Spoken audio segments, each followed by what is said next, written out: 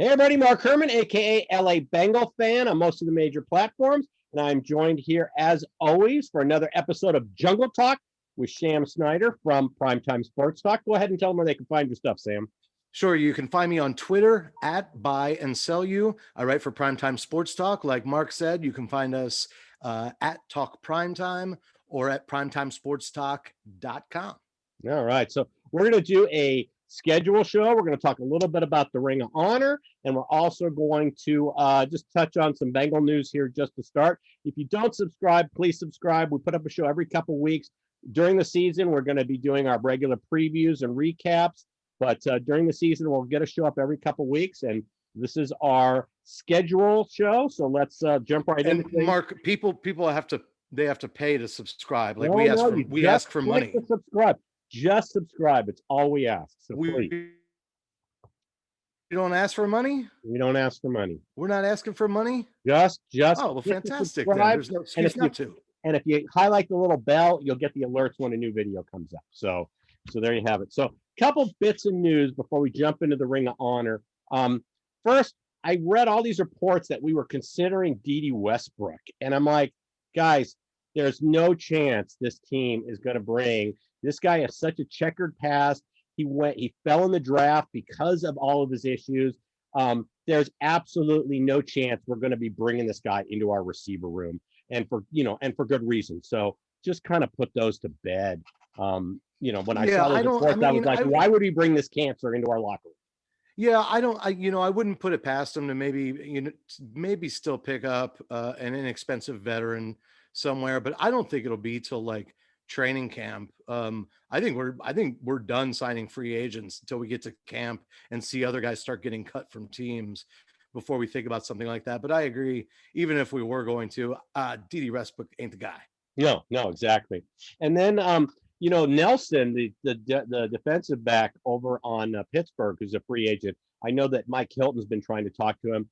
I wouldn't mind bringing him in for some cornerback depth, and I always like to rob the Steelers of their players. So anything we can do to weaken it's like a double-edged sword. You get to weaken an opponent and bolster your team.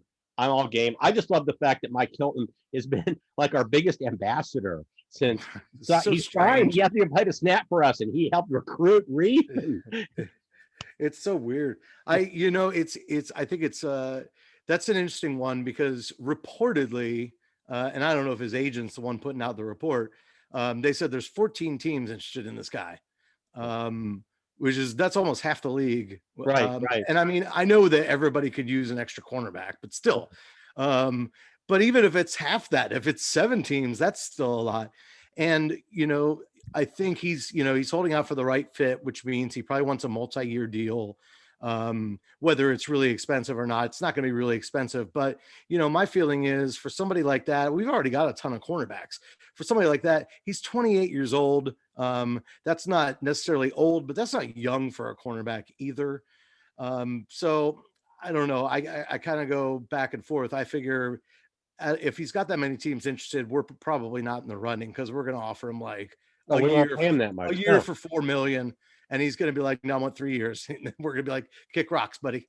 Yeah, no. So, also here's the other thing. And I could be mistaken about this. Anybody can feel free to tell me in the comments if I am wrong. I am pretty sure that Nelson is the one that called Joe Burrow trash last year. And if he is, then screw that guy. Don't want him. Well, if he said that and Burrow kind of irons things out, once again, if Joe's okay with it, I'm okay with it. So, right. So, I just like holding grudges. Especially against Steelers. You do not have to tell me Steelers. I mean, I still blame the NFL for robbing us of the 2015 playoff game, but not calling Joey Porter for the offsetting penalty and just so I'll never ever forget that, and I will never ever forgive or forget for Carson Palmer's knee. So right. So yeah, you can talk about grudges. Yeah, so. Seriously, we've got plenty of them. I got my vapor. I went with the new orange because I had bought the rookie color rush and black jersey, so I went orange jersey here. So this is the first episode with the new vapor jersey. And Sam, you look like we're having internet issues because you're frozen. There you back?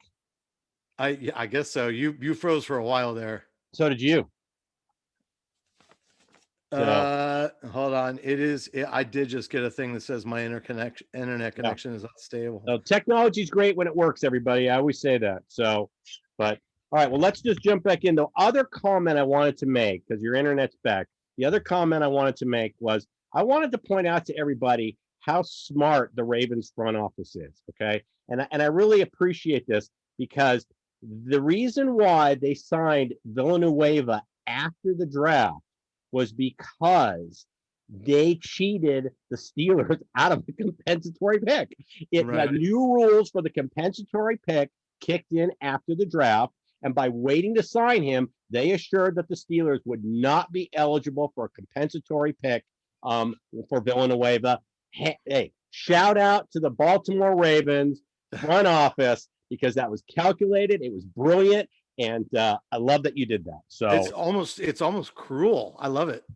like I said, when I read that, I was like, "That's genius. That's knowing the rules and playing by the rules." And so I had to point that out. I'm not sure how many people were aware of that fact that there will be no compensatory pick. We're actually sitting here with Lawson and William Jackson. We're looking pretty good for a compensatory pick because they were both signed before the draft.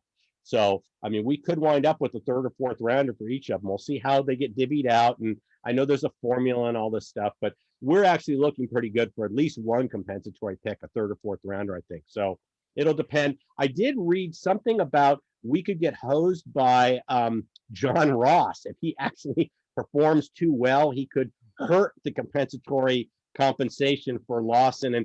But I have a feeling the Giants are going to find out exactly what we know, and What that's are the chances of that? The guy's made of glass. He can't run routes and he can't catch the ball. All he is fast. So let him go out for the Olympics or something if he's that fast. I don't know that he's that fast. So let's jump into the Ring of Honor. Oh, hey, I wanted to mention one other thing. I'm sorry right to cut ahead. you off. The one other thing was the Bengals did, in fact, give Christian Covington his walking papers. You know, I harped on it all last year that, you know, he was just out there because he was what we had left, basically. Right. But, I think he knew where he stood and everything and still went out and gave it his all in the times that he was starting last season. So, you know what? I think he did a great job as a Bengal, being thrust into that situation. So, I mean, I'm not sorry to see him go from a talent standpoint. It's not like I was like, oh no, we got to keep Christian Covington. But that was kind of one of those where you're like, man, good job, dude. Didn't he sign on the Chargers? Is that the team that signed him? I don't even know. It's on my Twitter feed. If you want to go look, I tweeted out when Covington signed, but memory serves, I think it's the Chargers, but I'm not. Gotcha. You can put it in the comments if I'm right or wrong. So let's jump into the Ring of Honor. We know that Paul Brown and Anthony Munoz were already put in on the first one. And we have our candidates that they're going to be taking two names from. You want to read them the list that you got? Or Sure, I'll run them off real quick because there's a bunch of them. But like you said, obviously Paul Brown and Munoz are already in. Then you've got Kenny Anderson, Willie Anderson, Jim Breach, James Brooks, Chris Collinsworth, Isaac Curtis, Corey Dillon, Boomer Esiason, David Fulcher, Ocho Cinco, Tim Crumry, Dave Lapham, Max Montoya, Lamar Parrish, Ken Riley, Bob Trumpy, and Reggie Williams. That is the list, of which they are going to bring in two more this year to add to Paul Brown and Anthony Munoz. Right. My opinion, this is my opinion. I think you take the two Kennys. I think they are they should already be in the Hall of Fame. So Kenny Riley I've been yelling for years about getting him in when he was alive. Now he's not alive, but everybody above him and like half of the group of 5 players below him on the lifetime interception list is in the Hall of Fame, and he's not in the Hall of Fame. You can watch prior episodes. This is an absolute travesty. I know the Bengals are to blame for not promoting their own players as much, but I think Kenny Riley, you got Woodson going in this year, who's below him on the lifetime interception list. And you have tied. Kenny Riley did it when it was a 14-game season, and nobody passed the ball as much as they did. And yet he was still the ball hawk. So it's just to me. So Kenny Riley, Kenny Anderson, to me, those are the next two that go in. I want to see Montoya in. I want to see Willie Anderson in. There's a lot of people I want to see get in, but those would be my two. What about you? Well, let's make no mistake about it. Whether it's, I think in the future they're either going to do 3 or 4 guys per year. I don't know if Right. there's going to be some sort of if you get a certain percentage, then you can get in. I don't think they would do that, because then they'd have a year where like one dude got in and Right. other people didn't. So I think it's going to be like 3 a year. Make no mistake about it, this whole list is going to eventually be in the Ring of Honor if they Right. keep doing it year after year after year. There's nobody on this list that doesn't deserve to be there. Agreed. Which is why they put out such a huge list to begin with. But I agree with you. And it's funny you mentioned, with Riley and his 65 picks, and like you said, and he is my pick as well, as is Kenny Anderson. So we agree completely on that. Wow. Okay. We didn't even discuss that before. So 100%, yeah. 100%. And it's funny that you said, that was in a time when they weren't even passing as much. He was still able to rack up that many picks in 15 seasons. He only missed 10 games out of 215 due to injury during that career, which is pretty impressive. And when people aren't throwing the ball as much, what are they doing? They're running the ball. Well, guess what stat was not tracked when Kenny Riley played football? Tackles. Right. They didn't track them. They didn't track tackles. They didn't track sacks. And Right. I guarantee you he had a ton of them, a ton. Right. Yeah. But I agree, for the same reason that you said, they should both be in the Hall of Fame. They're not, because they're Bengals. Right. So, they absolutely should be the first people to go in on the Ring of Honor with Paul and Munoz. Yeah, I agree. All right. So that's our coverage of the Ring of Honor. I think what we're going to wind up doing is they'll probably wind up putting in a couple people, and they'll have somebody, from the older era. So that way, like this year, you could have brought in those two guys and Dave Lapham, or you could have brought somebody in, like that, or Trumpy. So I think Right. that way you can bring in Boomer and Montoya, and bring in Lapham or Trumpy, as and so they'll do something like that. What's interesting is also, a percentage of the, I think it's just a percentage and not 100%, is season ticket holders get to vote. They all get to vote. Right. And it's weighted in the direction of whether you've had season tickets longer. Therefore, a guy that's had season tickets for 25, 30 years gets his vote counted better than a guy that's only had season tickets for 2 years. So let's go again. Kenny Anderson, Kenny Riley, Yes. the old guard that's had season tickets since I was a wee one, they're going to vote right for those guys immediately. They're going to be like, these guys are these are the guys that I liked watching, and that's when we were successful. It should be that way. It's more almost like cumulative voting stock and stuff. So yeah, I like the way they're doing that. No, that's good. So, all right, well, let's go. The next thing we want to cover is, and was there anything else you want to say on Ring of Honor, or we're good? No, I think I'm good. Yeah. Okay. So let's go in. The schedule was announced. We'll go over it.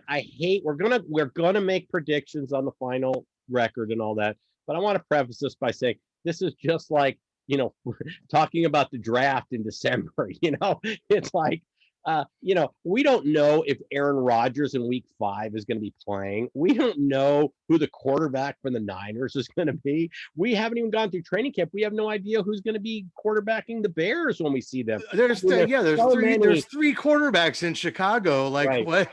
I mean, I want it for, my buddy made this point the other day. He wants Andy Dalton to play, not because he wants to beat Andy Dalton, but just for sentimental reasons, because he likes Andy Dalton and he'd love to see him play against us. And so, and I agree with that. But again, in Chicago, there's 3 quarterbacks. I mean, who's it going to be? Is Justin Fields? Justin Fields? Right. Is he gonna I got it right for once. Yes. Is he gonna, somehow blow the roof off the place in Chicago training camp and all of a sudden become a starter? He could. Who knows? Russell Wilson did. Yeah. I mean, they went ahead and they signed, I can't remember his name. He was the free agent from Green Bay. And he was the starter. I mean, they paid him a ton of money. They drafted Russell Wilson as a rookie, and he actually won the job in training camp. And the other guy Matt Flynn. Matt Flynn. He was like, he was the big free agent acquisition. Russell Wilson was just I think they drafted Russell Wilson in like the 3rd round. He was just the going to be the developmental quarterback. He ends up winning in camp. Carroll goes, "Hey, you're in." And if I'm not mistaken, Matt Flynn went to Seattle. Russell got the job, and they cut Flynn with a ton of guaranteed money on his contract, and he was still making money from them when he signed with the Raiders. So now he's double dipping, right. and then eventually the Raiders cut him, and I think still today he's collecting from both of those teams. That's, It's like the whole Bobby Bonilla effect, but in football. yeah. Like he's still making money, and all he did was start like a season and a half. Yeah. Well, now you know why they have offset language. So Right. it'll offset, and your other team won't be paying as much. Right. And why certain players will fight the offset language. Right. Hey, you cut me. I want to get all that money and then some. So, but Well, yeah, you're no, right. he was a big signing for them, and Yeah. so we'll see. Like I said, Fields might start. We don't know, but it's when we're making these predictions on the record, we have to preface that by saying, hey, we don't know who we're going to be facing, especially the second half of the year. We're playing the Chiefs second to the last week of the season. We don't know if the game's going to mean anything to the Chiefs. Right. Right. Mahomes might play the first half and not play the rest. They might spell him. You just don't know. And injuries are a big part too. We haven't even talked about that. But my initial thing, first of all, was the reunion. We have reunion games the first 2 weeks. If Andy Dalton plays, or if Fields plays, we're still got, he's the Ohio State boy. And if not, we've got Andy Dalton, and obviously Zimmer starts our year out coming back to Cincinnati to play. So we have the reunion theme for the first couple weeks. And the other thing I caught was we have an opportunity here to really start the year out okay. I mean, I'm looking, and there's 4 or 5 winnable games in the first 9. Mm-hmm. So I mean, we could literally be at our bye week. At worst, if we win the games, then I'll say that I think are must wins for those. We could be 4-5 and 5-4 at worst going into our bye week, which is nice. It's in week 10. I was happy about that too. What were your initial thoughts on the first half of the schedule? Well, it's funny because when I did it, I kind of broke it down into quadrants because of kind of the trend I was seeing as far as the way they scheduled us. So I broke it down into the first 4, the next 5, the bye week, and then 4 and 4. Okay. But I agree with you. In that first 4 quadrant, like you said, there's winnable games there. I think 3-1 is a real possibility. Oh, absolutely. I had us for 2-2. The must wins I have are Jacksonville, which I think will win that game. That's our Thursday night game. And the other one I have is I think we'll beat the Vikings on opening day. I do believe that. The Viking defense was porous. I do think that they did draft and sign stuff in free agency, but I do think there was a soft defense. And I think we can take advantage of that in week 1. And all this, I also have to say, this is all preface that Burrow's under center and not Brandon Allen. Brandon Allen starts the season, and it's a completely different start. But let's go under the assumption, let's be optimistic. Let's go under the assumption that Burrow's healthy starting week 1. I really think that we win Minnesota, Jacksonville, and we could win Chicago or Pittsburgh. I mean, we could easily be one of those 2, be 3-1. So yeah, I've got many the Bears in Jacksonville all as wins and Steelers as a loss. But again, when you do this, it's you guys know how it is. You just kind of go down the list and you do your knee-jerk reaction. And then when it gets real close to the season and you know what everybody's personnel is, you go back and take a much longer look at it and say, okay, realistically. Right. But even then, you've gotten so excited about seeing all the highlights from training camp and reading all the articles that you're convinced that your team's going straight to the Super Bowl at that point. Everybody's 0-0 to start the season. Everybody's got a shot. So we're all Super Bowl contenders week 1. So, but yeah, I always will say, well, let's win one of these 2 because you're going to get a good call or a bad call. You're going to have something's going to happen. But yeah, I had, 2-2. Minnesota and Jacksonville, and then winning one of the 2. The Steelers, we don't know what we're going to have against the Steelers until we see how their offensive line was decimated. Okay. So, I mean, right now we were talking about this rookie and BJ Finney is their center. Well, that's not Pouncey. Right. Finney couldn't even make a backup on our team. We let him Well, go. and you got, it's not like large Ben can really run, out of the pocket like he used to. You know what I mean? I Right. understand that sometimes he's still kind of hard to take down, but he's far from elusive. I mean, that's like not walking into a metro that's parked in front of you. Right. No, he's a big guy, but yeah, it's not fleet of foot. It's not something he is. So Exactly. So he's gonna be there. You just got to get into the backfield and get to him. yeah. Well, let's look at the next 5 games since you broke them down that way. Like I Hmm. said, I think Detroit and the Jets are winnable games there. I put those down as must-win games. I truly believe we're going to get to 5-4 or better at the break. We have to win. That those 2 games. At Baltimore is going to be tough. We don't know what we're going to have. We don't know if Aaron Rodgers is going to be a Packer or not. If Aaron Rodgers is not a Packer, that becomes a very winnable game.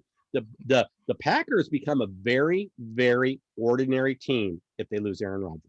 It's Right. plain and simple. And the fact that they signed Blake Bortles today, if you're a Packer fan, you have to not be feeling good. I mean, you have to be saying if this thing doesn't play out well, I mean, you're looking at Jordan Love maybe starting and Bortles is the backup. That is not Aaron Rodgers. No, yeah, that's not good. But at the same time, I think I think Rodgers is going to be there. Let's not forget that Rodgers pulls something like this every year. He Right. complains about something every. This is like clockwork. Every year, Rodgers is unhappy. Rodgers doesn't want to be here, and every year he's out there week one. I think he's still going to be there personally. Right. Um, but the Bortles thing is interesting because most of these teams bring in an extra camp body anyway, whether they're going to make the team or not. And I think at this point, whether even if they assume that Rodgers is staying, I think they do assume that Rodgers doesn't want to have anything to do with teaching Jordan Love anything. So they were like, we better get another veteran in here that can show this kid the ropes and actually talk to him and look at some film and some pictures with him and tell him, what he's doing. Because some quarterbacks, you didn't have to be a great quarterback on the field to know exactly what you were looking at. Right. So I suspect that that's really why they brought him in, not because they think, he might be the key here. I don't know that Bortles is a But guy I don't you want know. I don't teaching your know. quarterback. I just, But I I mean, I didn't don't even know know anything. Bortles was not retired. I thought he was done. Like I said, I just don't know that Bortles is somebody that's your educational quarterback. I mean, I don't know. Well, and again, this is what I say. Sometimes you can stink on the field, but you can know exactly how to talk to a guy about coverages, and it's just that you don't have the talent that Right. other quarterbacks have, but your ability to go through to see progressions and see what this guy's going to do and that guy's going to do and break down tape. A lot of guys are able to do that. Mark Sanchez does it well. Right. Well, What did he do? maybe the guys. I think the most important thing you can pass is the work ethic, because when you talk to like Mahomes, he talks about how Alex Smith really taught him the work ethic. You're Yeah, you're the first one in, the last to leave. That's stuff that you want them learning is good habits. So, I could just I maybe could Bortles had good habits. I don't know. I was never I could hear that. I could hear that conversation between Bortles and Love, where Bortles says, because I didn't have as much talent as some of the other guys, I had to be the first one in the building and the last one out the door and spend extra time on tape. And Love say, and that helped you a lot, huh? And Bortles say, well, no, but I yeah, did it. well, I did it though. now, Alex Smith, like I said, everybody who's he's mentored has talked about how great, and selfless he's been. Right. So maybe he's got that. Although Alex Smith had street cred. I mean, he got teams to the playoffs. Yeah. So, Yeah. he got 2 different teams to the playoffs. So you gotta, he's got a little more street cred. Although Bortles did have that one year, but it was all because of that defense. It's the That was defense. not, Yeah. yeah, that Yeah. was not and they had that great game against the Steelers. So, he always, like I Yeah. said, That was that was an enjoyable game for all of us I to love watch. going back to that game. Yeah, I've got in that section of the five. You can already tell I'm going to say it's a loss to the Packers because I just said that I think Right. Rodgers will be there. Well, I think you have to make that assumption, and then we'll see. But I think we beat Detroit. If we can even come close to stopping DeAndre Swift, there's nobody to throw to. They don't have any wide receivers. and they have So Goff. Goff needs everything perfect, so he's a very yeah, vulnerable quarterback. the Rams unloading him, that was just a major trade up for the Rams. Yeah. And Yeah. they got rid of Goff, who was never McVay's guy. That was Fisher's guy. So I do have one flip flop surprise, and it kind of goes to you're speaking of one or the other, and that is I assume we get killed at Baltimore. Right. They're still good, and Lamar Jackson is just we're not going to be able to stop him until we finally can stop him, if that makes any sense. But so I expect us to come out against the Jets thinking, well, this is going to be way easier and we're going to let the Jets sneak up on us and steal a win. But then with those 2 straight losses, I say the home game against the Browns, we take it to the Browns. Okay. See, and I had that's my little kind of mini surprise, and that's how my brain works. And it's okay. I like looking at it and say, okay, we just need to win one of these 2. Because we'll get the breaks in one game, we won't get the breaks in the other. We'll catch one team. Maybe weather plays an issue, maybe an injury plays an issue. So I always kind of look at things. So yeah, between the Jets and Browns, we win one of those 2. So you have us basically at 5-4. Is that where you've got us? I do. I have it at 5-4 at the bye. Right. That's what I have us at. I also want to point out, even that we may be facing Rodgers in week 5, at least we'll have the long week to prepare because it's after the Thursday night game. That's true. I didn't really think about that. I read, that the Patriots are facing like 3 or 4 teams off their bye weeks, which is unfortunate because it's just a calendar thing. But the last thing you want is to keep facing teams that have 2 weeks to prepare for you. And so I did. We had that a couple times where we seemed to catch teams. We were the get right team, and we caught teams off bye weeks and all the long weeks. All right, week 11 is a great week. You know why? Because the game's in Vegas, and I'm going to try to go to it. So the 45-minute plane flight for me, I can fly up, see the game. I've already reached out to a couple friends that have Raider season tickets. Said, hey, you want to off these tickets? I'm going to be buying tickets, so I can buy yours or I can buy someone else's. But for me, I plan on being at the Vegas game. You would have been going with me, but now you're back in Cincinnati, so I don't know if you're going to flight from. Here's the thing, Mark. I think I'm going to go to the Vegas game too. Okay, so my plan is to fly out because I've still got a credit at Bally's for 3 nights stay. So I think I might, because it was right at the beginning of the whole COVID thing. We scheduled this for the middle of the summer, and I got a credit. It's just sitting around. So a buddy of mine are talking about whether we can make it happen. It's right before Thanksgiving, which is kind of a pain in the butt to be flying across the country. But I've been looking forward to going to this Vegas game for the last couple of years. I didn't know I'd be doing it from Cincinnati, but that's my plan. Yeah, well, I planned on I was going to be at the draft. I had a hotel room booked at the Flamingo. Everything. If you don't know Las Vegas, the corners they picked, they had Bally's. Bally's is on one corner, Caesars is on another, and the Flamingo's over here. Well, the Flamingo was owned by Caesars, and then the draft stage was going to be in the fountains at Bally's. Well, I had a room at the Flamingo, and then the entire NFL experience was supposed to be in the Flamingo parking lot. So I literally would have just Ubered. I wouldn't have had to go anywhere. I was at the corner, and then obviously the pandemic hit. The draft got moved into the basement of the commissioner, and everything became virtual. Right. So this will be the long-awaited run to Vegas. And I'm really and this is what myself and Hep and I expect there to be plenty of people from the Bengals West crew will be going. I've already heard from several that are planning on putting something together and going out there. Not like a bus trip like we've done before, but at least meeting up when they get out there. But I was talking to my buddy, and he lives in Seattle now, but he was part of the Bengals West crew as well.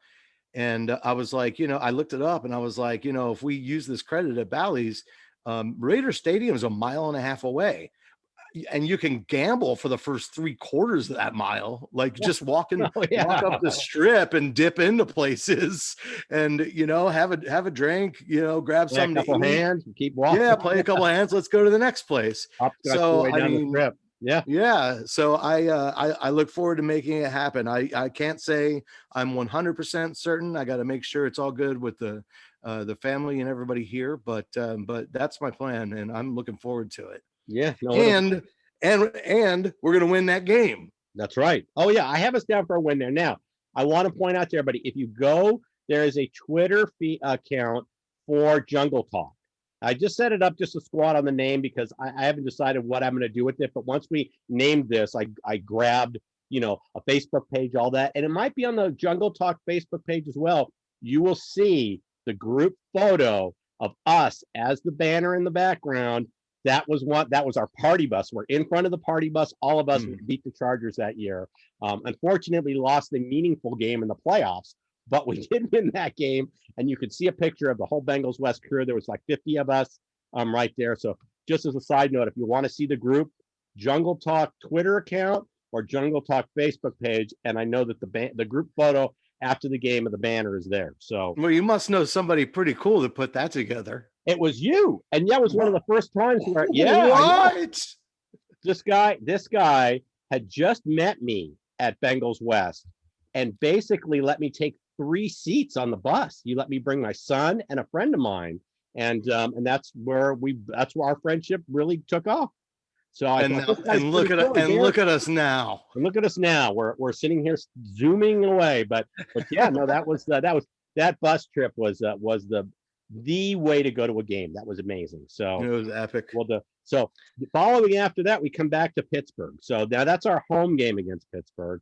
And once again, we don't even know if Roethlisberger is going to be a quarterback. I mean, if this team, starts out, I really don't think they're going. I don't think their line. They're going to be able to run the ball. They didn't do a lot for their O-line, which they needed to do. They got a running back, but if you don't open up holes, I mean, what has Mixon done since our line's been terrible? So and Najee is I don't want to knock him too hard, but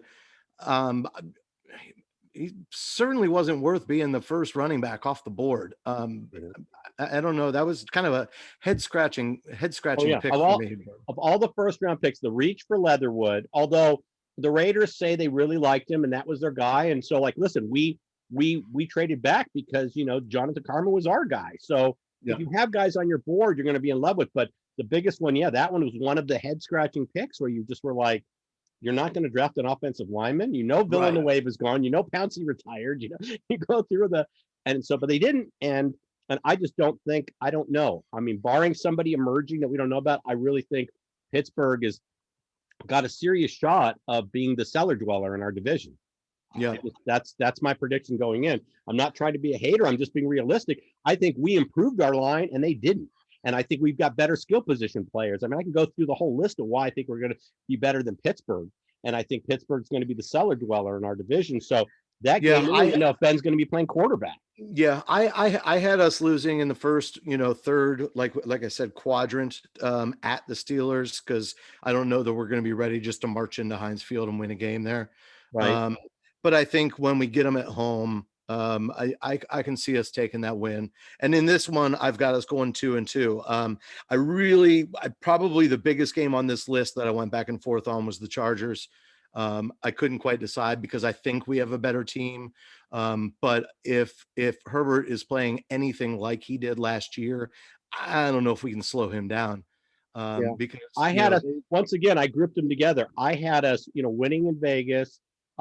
And then I had us beating Pittsburgh, and there was a possibility that we could lose the next 2. I mean, if that's what I have. The Niners. So, and I always worry about Shanahan because he's a great coach.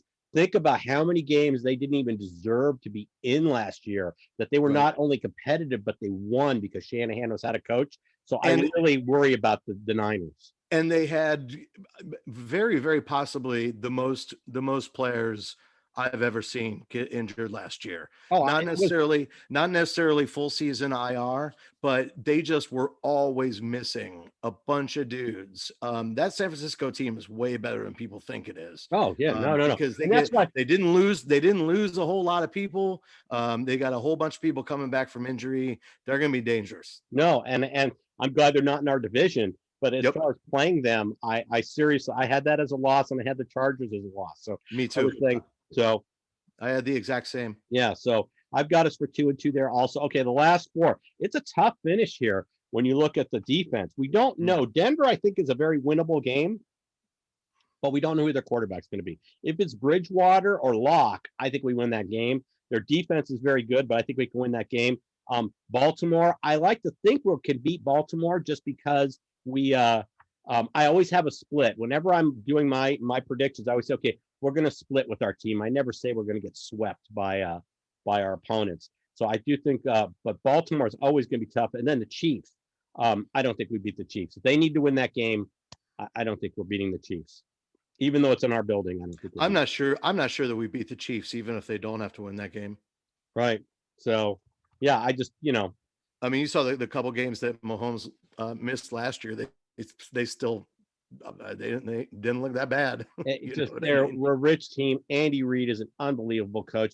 Mhm. Whenever you see a coach fired, I'm going to remind everybody that the Eagles fired Andy Reid. He was literally out of work like 36 hours. I mean, Mhm. he met with Lamar Hunt. They must have the Hunt family, and boom, he was signed within 48 hours. They had already made the announcement. It was like, and when that happens, you just kind of go, maybe we shouldn't have fired this guy. It's Right. just how many times he took Donovan McNabb and made him a playoff quarterback. Donovan McNabb couldn't win a game for Washington, for Minnesota. I mean, he tried to catch on. That was Andy Reid. That was the reason why. Oh, I know. I mean, I lived in Philadelphia during that heyday, during the McNabb and Deuce Staley and the McNabb and Westbrook. I was living in Philly and having a great time. I've loved Andy Reid ever since. They didn't appreciate him. And like I said, when you fire somebody and he's literally out of work of just 2 days, and then he's done. Obviously, Gives it you wasn't Andy pause. Reid wasn't the reason the Eagles didn't win a Super Bowl. Right. So, but yeah, the Chiefs, and then at Cleveland, that's just if we win the home game, we'll probably lose one. I see a split with the Browns. They always play us tough. Um, so what do you have our final record at? I've got, well, I'll go ahead and just and piggyback on what you said. I've got a win on Denver. I've got 3 straight losses afterwards. I do expect to get swept by Baltimore. Okay, Um, I do expect to split with the Browns because I think they're going to need that game. Whether it's for playoff seeding, I don't think, it's not like they're going to win the division over Baltimore, but whether it's playoff seeding or maybe even just getting into the playoffs, Browns are going to need it. So they're going to fight tooth and nail. I don't think we can beat KC even without Mahomes. So if you tally up what I've got 8 and 9. Typically, whenever I do this, I take one win off and move it to the loss column because I'm usually overly optimistic. right. So I'm going to call us 7 and 10. See, and I was going to do the same thing. I have us at 9-8. Okay, but then again, I would take one off and be 8-9. So Yeah. I think if we have an 8 or 9 win season, I think it's middle of the pack. If things go right for us, and we're not wanting these records, I would love for us to be 10-7, 11-6. That kind of thing. I would love for that to happen. But realistically, we're talking. We're being real here. I see 8-9, 9-8, and I think that would be a successful year. I think we really would see. I think that would be a major step in the right direction. Yeah, and actually, and even if I'm right in taking one win off and moving it, based on what we did the last 2 years, uh, and of course, this is the other problem with doing this is all barring injury. Right. Oh yeah. You're looking at these games and you're trying to pick a winner, not realizing that so and so is going to go down for the season, or that's Right. the time when this guy had a groin strain, or so on and so have you. So, Yeah, we catch the but Chargers when Herbert's not playing, yeah, and you know what exactly. I'm saying. Yes, It's just one exactly. of those kind of Yeah, things but before key I offensive would lineman be, isn't playing. yeah, but That I would be based on the last 2 seasons records, the injuries we had and the way that we played, and losing Burrow too, because I don't think we do nearly as badly if we had Burrow for the whole season last year. right. If we had a 7-win season this year, I'd be okay with that. If we had an 8-win season, I'd be pretty happy about it. If we had a 9-win season, I'd be ecstatic if we were over 500. I do think. I mean, Not that looking there at is it. 500 anymore, but Yeah. No. Yeah. There's like. Yeah. unless you tie somebody, Yeah. Who knows? We'll figure leave it to it. us. Leave it. We'll figure out a way. We could be 8-8-1. We'll We'll figure out out a a way. way. Yeah. We'll snatch the Well, tie. I don't see the Eagles on this schedule though. No. So It seems to so be. maybe That seems to be the team we tie. So, but yeah, like I said, we don't know how things are going to play out. You don't know. Like I said, it doesn't even have to be Herbert. Herbert can be playing, and 2 key linemen could be out. They're not able to run the ball. We win a close game. You just don't know how this plays out. I do think there's a good shot for us to get 9 wins. I'm being the optimist here. And then now all of a sudden we're talking about one more win, and maybe you're on the bubble, with the expanded playoffs and the extra game. Maybe that 10-7 gets you in. You don't know. You don't know. No, So I agree with you, especially on the AFC side. I think on the NFC side, I don't know that 10 wins, 10 probably the last team to get in is probably going to have 10 unless a division winner is particularly well, low. yeah, But the AFC side's pretty open. It's pretty open because you've in a lot of the divisions, you've got like somebody really good, somebody just okay, and then like two crap teams. You know right, what I mean? So I think anything could happen on the AFC side, and the NFC side. I think I could pick the playoffs right now. right. Um, Well, and the other thing I want to remind everybody, because I've seen a lot of this on Facebook and Twitter, is people complaining about our lack of primetime games. Because I don't want primetime games. The players don't like primetime games. It screws with their schedule. They're used to routines and everything, and they're not a big fan of it. I would just as soon fly under the radar. I don't care if we get flexed I in. was, We don't get Typically, they would flat. We would get a Monday night with Pittsburgh. Now I know we won the game last year, but that was the exception. How many times do we sit at 5 line and just get killed? yeah, And I'd yeah. sit there watching Huber getting his jaw broke and no flag. I mean, it was just typical. And so I'm not a big fan. I'm happy we only have the Thursday night. I don't care if we don't get flexed in. I Um, just don't. I just don't particularly care. I mean, frankly, it screws with my schedule too. But right. I'm used to when we play like a Monday night game. Sure, prime time's all fun and good, but you sit there and tell me that on Sunday you're not What do you do? waiting for an extra day because you're like, oh, just start the game. Well, now, and just think about this. We used to do the show after Monday night games.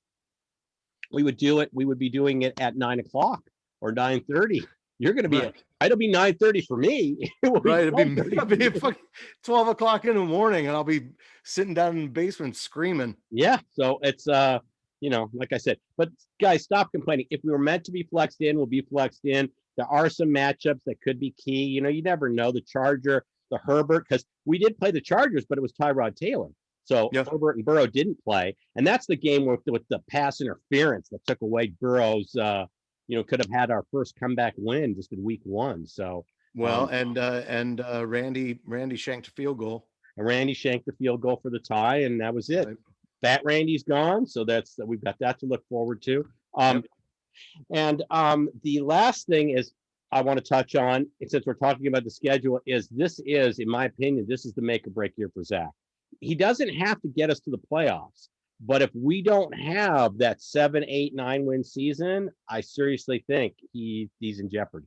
I mean, this is Yeah, this is now year 3. You've gotten the keys to the car. You've got to do what you want. We've got the new culture. You've got all that stuff.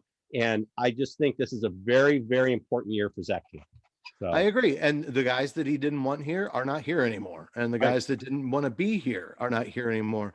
And actually, one of the guys we both know on Twitter, who is also overly optimistic, like we often are, made it a point in one of the interviews he listened to where they said, listen, instead of just going after a really talented guy here in free agency and in the draft, they said, if it's really close, we're going with the guy whose motor never stops. right. You know what I mean? Not we're taking a less talented guy because he works harder. I'm not saying that. I'm just saying if it's close in talent, they want the guy that doesn't quit. And I like that. So hopefully we won't have any quitters on our team. It seems like Zach has gotten rid of the people that he thought were or who were loafing around. So I agree with you. It's the 3rd year. He's got the keys. He's gotten everything he's wanted, I think, for the most part thus far. Obviously, we can't hear behind the door, but yeah, I think he's got to have at least 7 wins to keep his job. Yeah. And I think with Frank Pollock coming in, I really, really big. You got to remember Bobby Hart, Redmond, those guys were all there when Pollock was coaching the team. Mixon led the league in rushing. Pollock leaves, Turner comes in, and all of a sudden we have 2 years of the worst line in football. So we have Pollock back in the building. Redmond, I saw was visiting New England today. So I was like, well, good luck you can have Alex, the human penalty flag. I called him on Twitter. You can check it Right. out. I will never forget watching Driscoll rush it in for a touchdown. I was in that end zone in Carson at the Charger game, watching him score, then having them say, oh, he lunged forward, so his progress was outside the line. So we had a third down, right, literally kissing the goal line, Yeah, I and remember. Redmond has the false start. Now all of a sudden we're at 3rd and 6. We don't score. We get a field goal, and I literally watched the touchdown in the end zone I was sitting at go away. So Right. we'll never forget that. Talk about holding grudges. That will be my final memory of Alex Redmond. Good luck. Go to New England or wherever you wind up. But There's nothing quite like the right side of your line being the human penalty flags right next to the human traffic cone. yeah, oh yeah, That's that what was we had with so, Redmond and Hart. That's pretty much what it was over there. well, they're both gone now, and like I said, Pollock back. I'm very optimistic. I do believe that there's 8, 9, 10 wins is possible as long as we stay healthy and the coaching comes together. But I do, like I said, in Frank Pollock, I trust. I do believe that Mixon Me has too. a great year. And I've read articles where they're saying Mixon might never come off the field. He could be an every down back. Yep. So, we'll see what happens. Because we used to like literally telegraph our play. We take Mixon out and bring Gio in. You think we're going to pass the ball? Because Gio was also a better pass blocker. So, so hopefully that'll be it. So, all right. Well, with that, we're going to wrap things up. Remind everybody again why where they can find all your stuff, Sam. Absolutely. Twitter, buy and sell you at Talk Primetime or primetimesportstalk.com. There you go. So we will be back with another episode of Jungle Talk in a couple weeks as soon as there's some more news, and we'll see how things play out. And we'll go from there. Please subscribe if you don't subscribe. And with that, I'm going to say, hoot, everybody. Hooday. Take care.